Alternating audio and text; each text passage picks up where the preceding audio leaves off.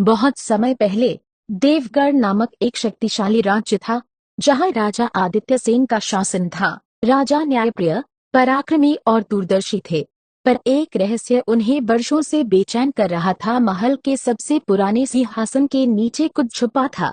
ऐसा कहा जाता था, यह सिंहासन पीढ़ियों से देवगढ़ के राजाओं द्वारा इस्तेमाल किया जाता रहा था। किंवदंती थी कि इसमें छुपा कोई रहस्य आने वाले समय में पूरे राज्य का भाग्य बदल सकता है। परंतु यह रहस्य क्या था, इसे आज तक कोई जान नहीं पाया था।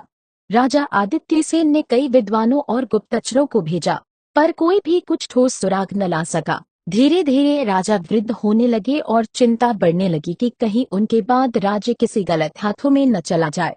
एक रात, जब महल की दीवारें ठंडी हवा से कांप रही थीं, राजा के सपने में एक रहस्यमय साधु आया। साधु ने कहा, राजन, सिंहासन का रहस्य जानना हो तो उस रात का इंतजार करो जब चंद्रमा लाल हो जाए और हवाएं उल्टी दिशा में बहने लगे। उस रात सिंहासन खुद अपने रहस्य उगल देगा।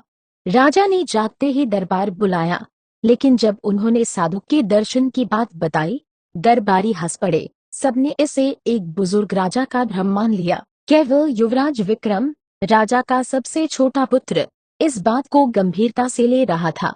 समय बीता और एक दिन आसमान में रक्तवर्ण चंद्रमा उगा। हवाएं सचमुच विपरीत दिशा में चलने लगीं। पूरा राज्य भयभीत था, पर विक्रम ने इस अवसर को जाने नहीं दिया। वह अकेले सिंहासन कक्ष में पहुंचा। महल की सारी मशालें बुझ चुकी थीं। केवल चंद्रमा की लाल रोशनी उस पुराने सिंहासन पर पड़ रही थी।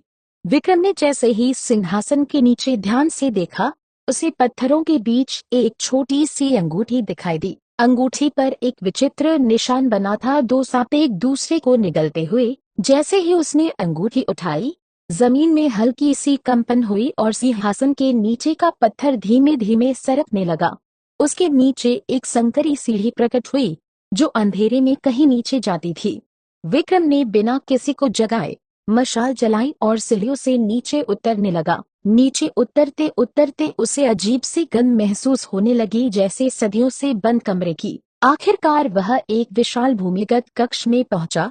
यहाँ दीवारों पर प्राचीन चित्र उकेरे थे, युद्ध, षड्यंत्र, रक्तपात और एक रहस्यमय दरबार। बीचों बीच एक बड़ा सा पत्थर का खंभा था, जिस पर वही दो सांपों वाला चिन्ह बना था। खंभे के पास एक पत्थर की पट्टियां रखी थी, जिस पर लिखा था, जो सिंहासन चाहता है वह अपने सबसे प्रिय को होने को तैयार रहे।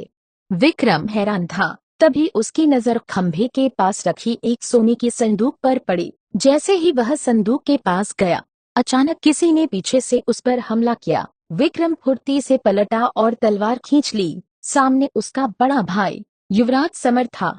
समर ने कहा, मुझे मालूम था कि तू इस रहस्य तक पहुंचेगा। पिता तुझे अपना उत्तराधिकारी बनाना चाहते हैं, लेकिन सिंहासन सिर्फ मेरा होगा। भाइयों के बीच तलवारों की गूंज गूंजने लगी। विक्रम ने अपने भाई को रोकने की बहुत कोशिश की, लेकिन समर की आंखों में सत्ता का भयानक पागलपन था। अंत में विक्रम ने भारी मन से समर को पराजित किया। समर घायल होकर गिर पड़ा।